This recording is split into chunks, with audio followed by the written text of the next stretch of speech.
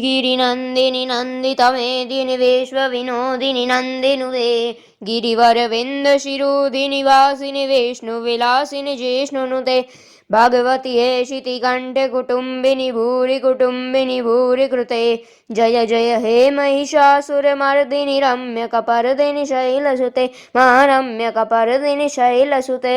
ओम नमः शिवाय। अपने सेनापति धूम्रलोचन और महादैत्य चंडमुंड के मारे जाने पर दैत्यराज शुंभ निशुंभ के क्रोध की सीमा नहीं रही। देवी चंडिका और अन्य मातृकाओं के साथ दैत्य सेना का युद्ध आरंभ हुआ।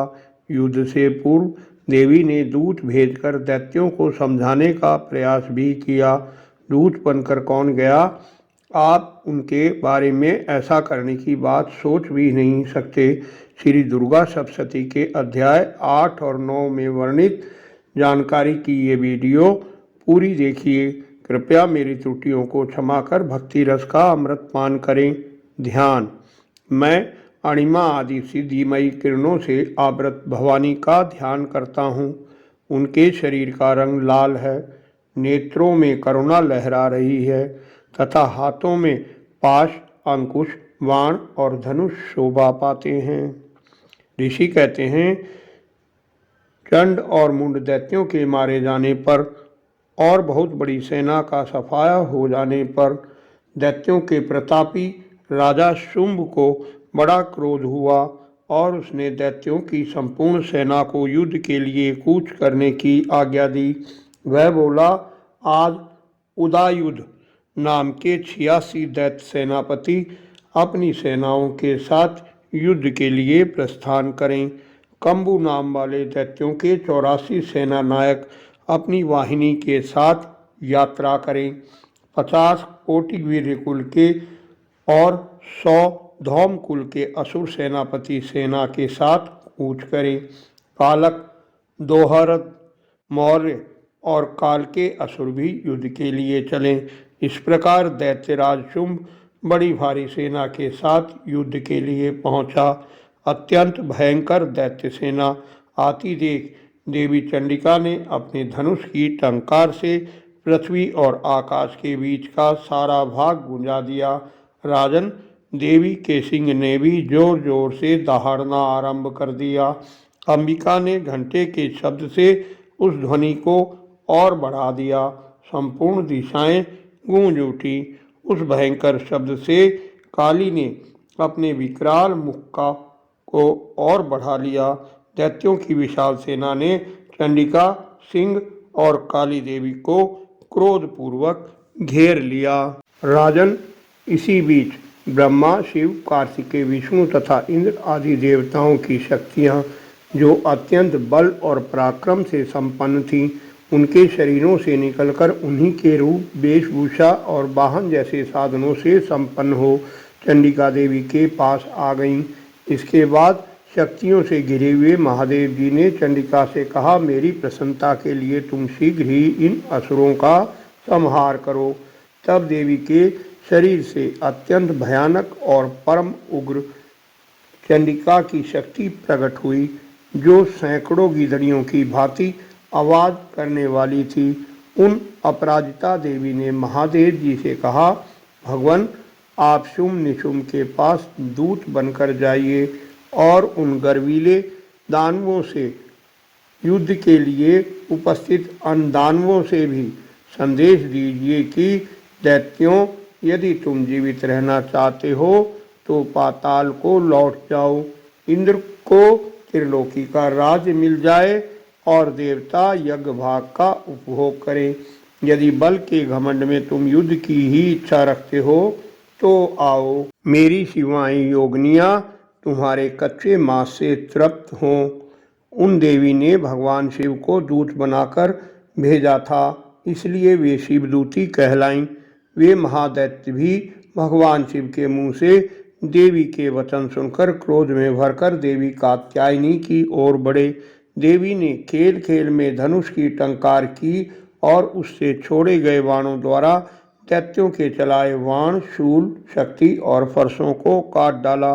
फिर काली देवी आगे होकर शत्रुओं को शूल के प्रहार से विदीर्ण करने लगी और खटवाग से उनका कचूमर निकालती हुई विचरने लगी। ब्रह्माणी भी जिस ओर जाती अपने कमंडल का जल छिड़क कर शत्रुओं के ओज और पराक्रम को नष्ट कर देती। माहेश्वरी ने त्रिशूल से, वैष्णवी ने चक्र से और कार्तिकेय की शक्ति से दैत्यों के शरीर का संहार आरंभ किया। इंद्र शक्ति के प्रहार से विदीर्ण हो सैकड़ों दैत्य दानव रक्त धारा बहाते हुए पृथ्वी पर सो गए। वाराही शक्ति ने कितनों को अपनी थूथन की मार से, दाढ़ों के अग्रभाग से कितनों की छाती छेद डाली। कितने ही दैत्य चक्र की चोट से विदीर्ण हो गए। नारसिंगी भी महादैत्यों को अपने नाखूनों से विदीर्ण कर खाती और सिंहनाद से दिशाओं एवं आकाश को गूंजाती हुई विचरने लगी। कितने ही दैत्य शिवदूती के प्रचंड अट्टहास से अत्यंत भयभीत हो पृथ्वी पर गिर पड़े और गिरने पर उन्हें शिवदूती ने अपना ग्रास बना लिया। इस प्रकार क्रोध में भरे हुए मातृगणों को अनेक प्रकार के उपायों से असुरों का मर्दन करते देख दैत्य सैनिक भाग खड़े हुए। भयभीत दैत्यों को भागते देख महादैत्य रत्नबीज क्रोध में भरकर युद्ध के लिए आया।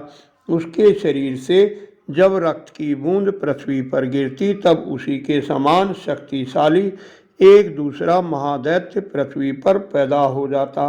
वह हाथ में गदा से इंद्र शक्ति के साथ युद्ध करने लगा। तब इंद्री ने अपने वज्र से रक्तबीज को मारा।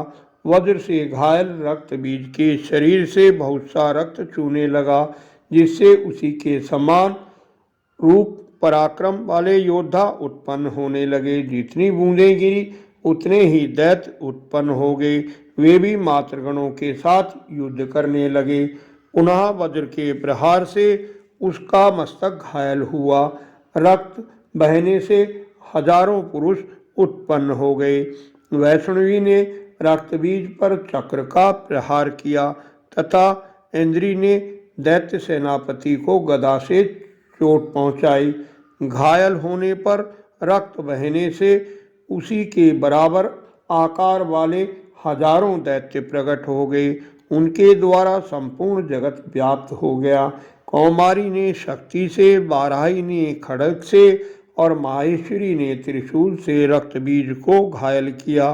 क्रोध से भरे उस महादैत्य ने भी सभी मात्र शक्तियों पर पृथक पृथक प्रहार किया।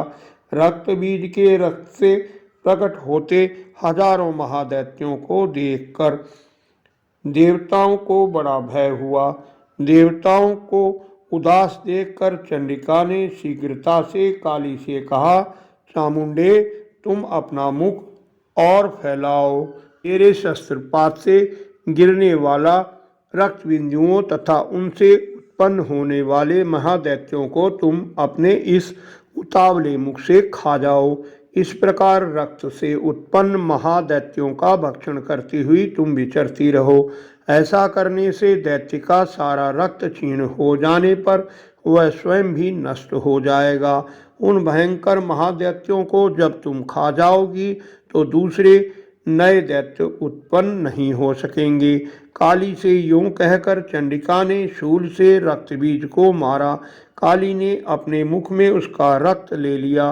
तब उसने वहां चंडिका पर गदा से प्रहार किया, किंतु गदा प्रहार ने देवी को तनिक भी पीड़ा नहीं पहुंचाई। रक्तबीज के घायल शरीर से बहुत सा रक्त गिरा।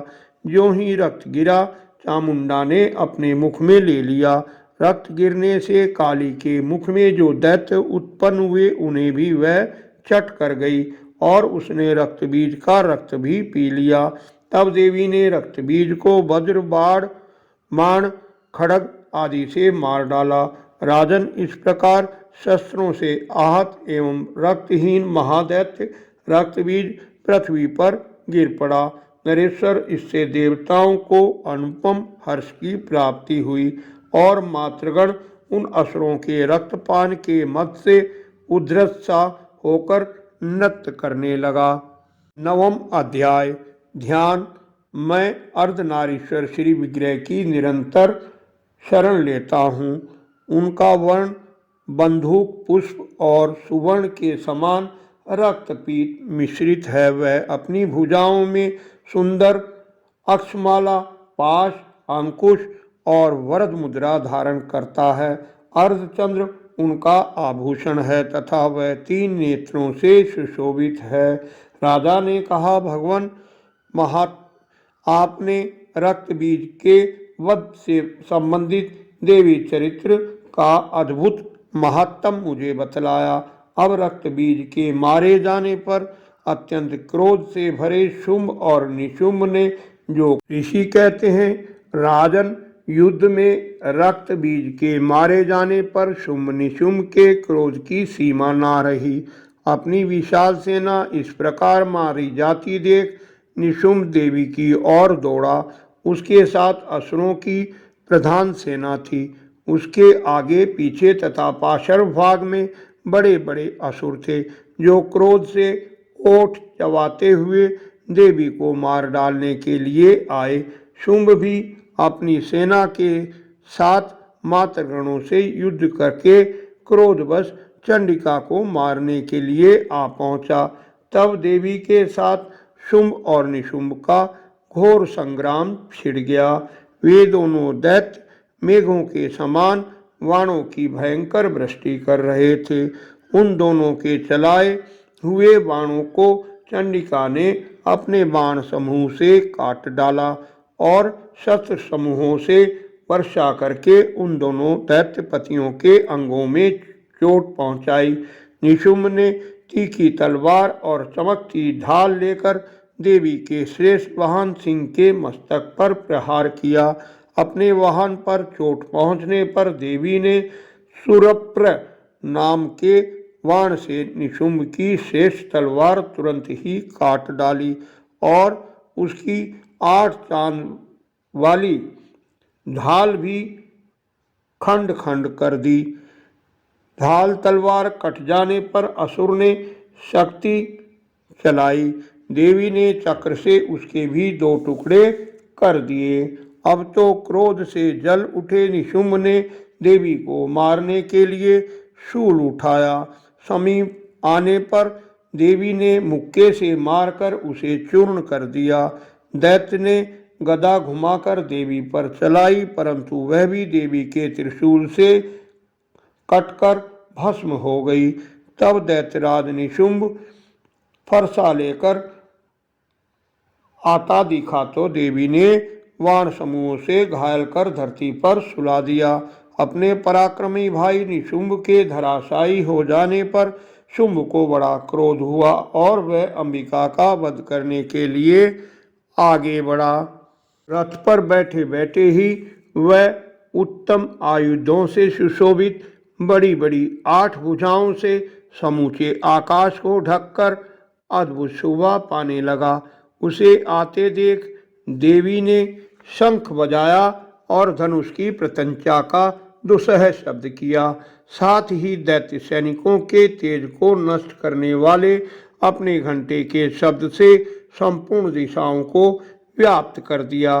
तब सिंह ने भी अपनी दहाड़ से, जिसे सुनकर बड़े बड़े गजराजों को महान मद दूर हो जाता था, आकाश, पृथ्वी और 10 दिशाओं को गूंजा दिया। फिर काली ने आकाश में उछलकर अपने दोनों हाथों से पृथ्वी पर आघात किया। उससे इतना भयंकर शब्द हुआ जिससे पहले के सभी शब्द शांत हो गए। तत्पश्चात शिवदूती ने दैत्यों के लिए अमंगलजनक अट्टहास किया। इन शब्दों को सुनकर समस्त असुर थर्रा उठे, किंतु शुंभ को बड़ा क्रोध हुआ। उस समय देवी ने लक्ष्य करके कहा, ओ दुरात्मन, खड़ा रह, खड़ा रह।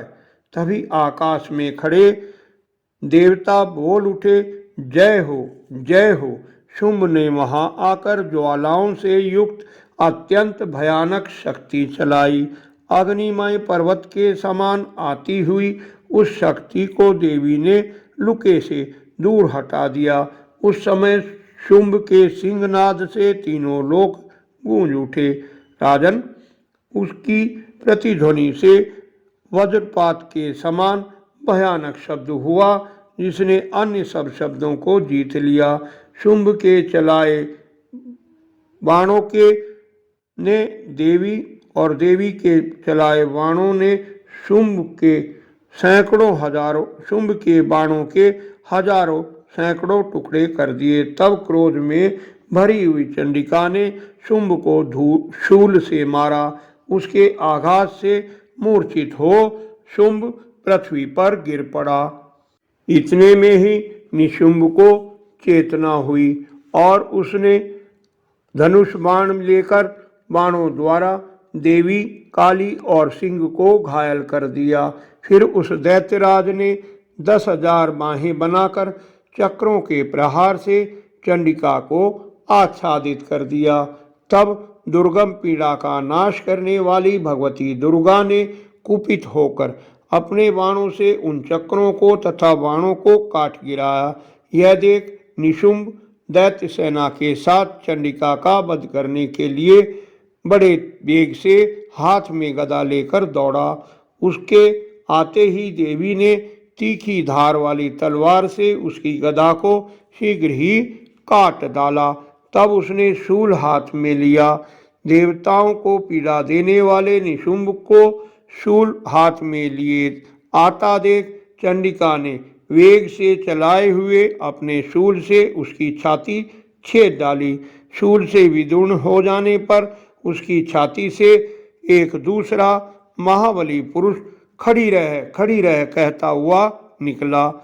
उस निकलते हुए पुरुष को की बात सुनकर देवी ठठाकर हंस पड़ी और खड़ग से उन्होंने उसका मस्तक काट डाला। फिर तो वह पृथ्वी पर गिर पड़ा। तदंतर सिंह अपनी दाढ़ों से असुरों की गर्दन कुचल कर खाने लगा। वह बड़ा भयानक दृश्य था। उधर काली तथा शिवदूती ने भी अन्य दैत्यों का भक्षण आरंभ किया। कौमारी की शक्ति से विदीर्ण होकर कितने ही महादैत्य नष्ट हो गए। ब्राह्मणी के मंत्र युक्त जल से निस्तेज होकर कितने ही भाग खड़े हुए। कितने ही दैत्य माहेश्वरी के त्रिशूल से छिन्न भिन्न हो धराशायी हो गए। बराही के थूथुन के आघात से कितनों का पृथ्वी पर कचूमर निकल गया। वैष्णवी ने भी अपने चक्र से दानवों के टुकड़े टुकड़े कर डाले। ऐन्द्री के हाथ से छूटे वज्र से भी कितने ही प्राणों से हाथ धो बैठे। कुछ असुर नष्ट हो गए, कुछ उस महायुद्ध से भाग गए। कितने ही काली, शिवदूती तथा सिंह के ग्रास बन गए। आशा है युद्ध में देवी चंडिका और दैत्यों के पराक्रम की आज की वीडियो आपको पसंद आई होगी। कृपया अन्य देवी भक्तों से शेयर कर धर्म के भागी बने। लाइक कर मेरा उत्साह बढ़ाएं, कमेंट में सुझाव दें। निरंतर जुड़े रहने के लिए चैनल को सब्सक्राइब अवश्य कर लें। माता रानी आपकी सभी मनोकामनाएं पूरी करें। धन्यवाद। आपका कल्याण हो।